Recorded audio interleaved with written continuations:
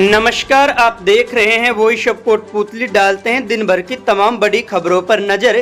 कोटपूतली बहरोड जिले में सरकार के निर्देशानुसार हवाई हमले या अन्य किसी प्रकार की आपातकालीन स्थितियों से निपटने की तैयारियों को परखने के उद्देश्य से ऑपरेशन शील्ड के तहत द्वितीय सिविल डिफेंस मॉक ड्रिल का आयोजन हीरो मोटोकॉर्प लिमिटेड नीमराना के प्लांट में किया गया। इस दौरान प्लांट के एडमिन ब्लॉक में फंसे 136 लोगों को बाहर निकाला गया, जिनमें 119 लोगों को सुरक्षित निकालकर मोहनलाल दयाल विनय मंदिर स्कूल में बनाए सेफ हाउस में भेजा गया। 15 घायलों को चिकित्सक उपकरणों से लैस एम्बुलेंस के माध्यम से CHC नीमराना में भर्ती किया गया एवं एक सीरियस कंडीशन घायल को जयपुर रेफर किया गया एवं घटना में 2 मृत व्यक्तियों को पोस्टमार्टम के लिए भेजा गया। सुनिए सिविल डिफेंस मॉक ड्रिल को लेकर जिला कलेक्टर कल्पना अग्रवाल ने क्या कुछ कहा। हाँ, आज सरकार के निर्देशानुसार यहाँ पर मॉक ड्रिल की गई है।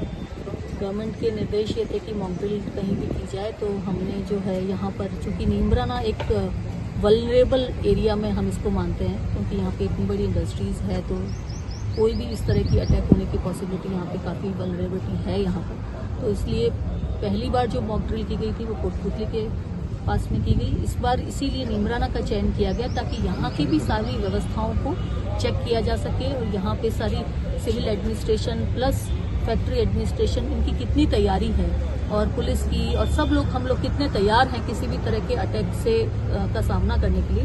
इसलिए ये आज ये मॉक ड्रिल यहाँ पर एयर अटैक की मॉक ड्रिल आयोजित की गई थी। है जो रेस्पॉन्डर है, कौन कितनी बजे, किसने कितनी बजे रेस्पॉन्ड किया, एम्बुलेंस कितनी बजे पहुंची, अधिकारी कितनी बजे पहुंचा, फिर सिविल डिफेंस कितनी बजे पहुंची, पुलिस कितनी बजे पहुंची, इसको इसीलिए पूरा हम चार्ट बनाते हैं ताकि हम देख सकें, असेस कर, बाद में फिर हम उसको असेस करते हैं कि किसको ज्यादा टाइम लगा, यदि जल्दी भी आ गए तो किसके पास रिसोर्सेज नहीं थे, संसाधन नहीं थे, बिना संसाधन के आ गया, या कोई संसाधन ऐसे हैं जो कि खराब पड़े हैं, चल नहीं रहे हैं। इन सब चीजों की ट्रायल के लिए ही मॉक ड्रिल की जाती है और इनकी एफिशिएंसी कैसी है, जो मैन पावर हमारे पास है वो कितना एक्चुअल में काम कर पा रहे हैं, ये सब चेक करने के लिए मॉक ड्रिल की। हॉस्पिटल भी गए थे, किस तरह की जानकारी ली थी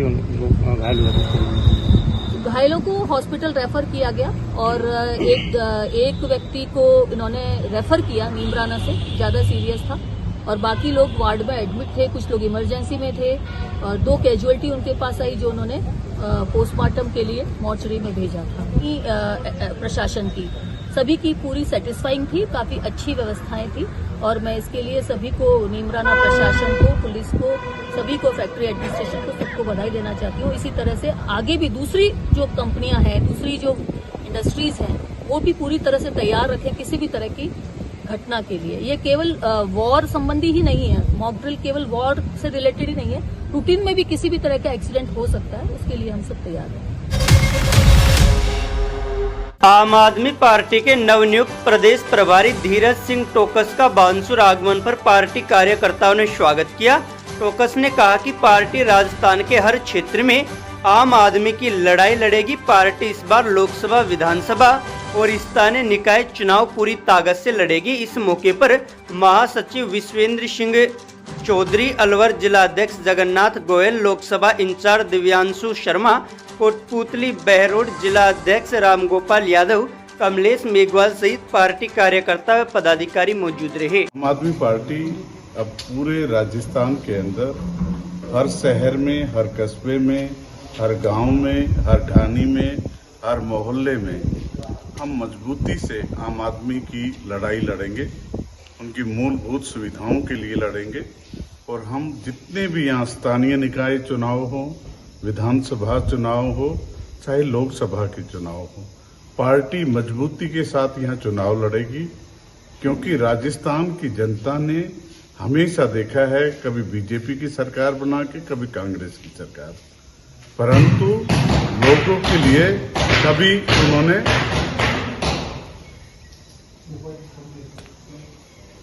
कभी भी लोगों के लिए उन्होंने मूलभूत सुविधाओं के लिए कभी ध्यान नहीं दिया। विपक्ष के तौर पे कांग्रेस को चुना तो कांग्रेस ने भी कभी भी लोगों के लिए कोई ऐसी मुहिम सड़कों पे नहीं लड़ाई लड़ी जिससे लोगों को सुविधा मिलती।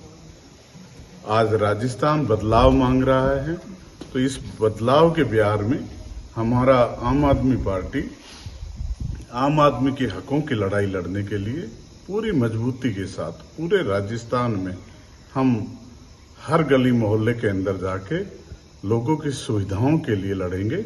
और अब की बार राजस्थान, हमें पूरी उम्मीद है, बदलाव करेगा और बहुत भारी बहुमत से आम आदमी पार्टी के लोग जगह जगह, चाहे वो स्थानीय चुनाव हो, चाहे विधानसभा चुनाव, लोकसभा चुनाव, सब में जीत के आएंगे। जय हिंद, जय भारत। निकाय और जो ग्राम पंचायत स्तरीय जो चुनाव वो भी लड़ेगी आम आदमी पार्टी राजस्थान में? हाँ, मैंने अभी बताया ना, सभी स्थानीय निकाय चुनाव हो, चाहे विधानसभा हो, लोकसभा हो, अब हम पूरे देश में जहां जहां चुनाव आएंगे हर जगह लड़ेंगे।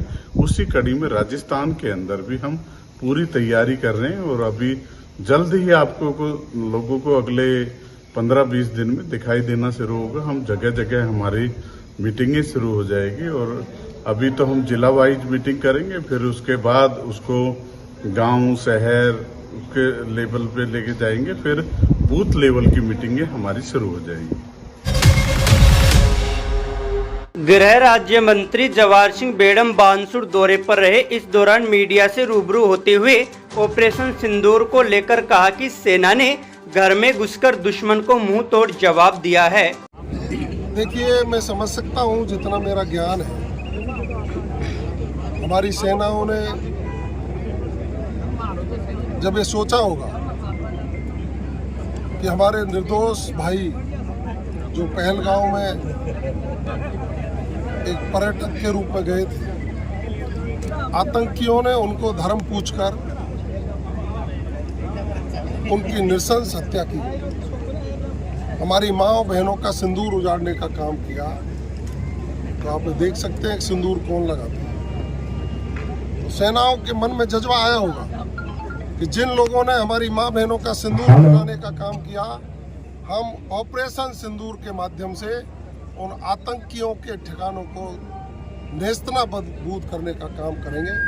इसीलिए ऑपरेशन सिंदूर रखा और ऑपरेशन सिंदूर की सफलता के बाद देश में जिस तरह का जज्बा और जोश देखने को मिला है, भारत की और राज्य की सरकारें अपने अपने मोर्चों पर जिस तरह से खड़ी होकर के संकल्पबद्ध होकर के देश की सेनाओं का हौसला अफजाई करती रही है, मैं समझ सकता हूँ देश के हर नागरिक का सीना सम्मान से ऊंचा हुआ है, गौरव से ऊंचा हुआ है, गर्व से ऊंचा। सर, एक कर्नल सोफिया खान कुरैशी और व्योमिका सिंह हमारी अग्रिम मोर्चे की सैनिक कमांडर हैं। उन्होंने देश की सेनाओं की तरफ से जो वक्तव्य देश को देने का काम किया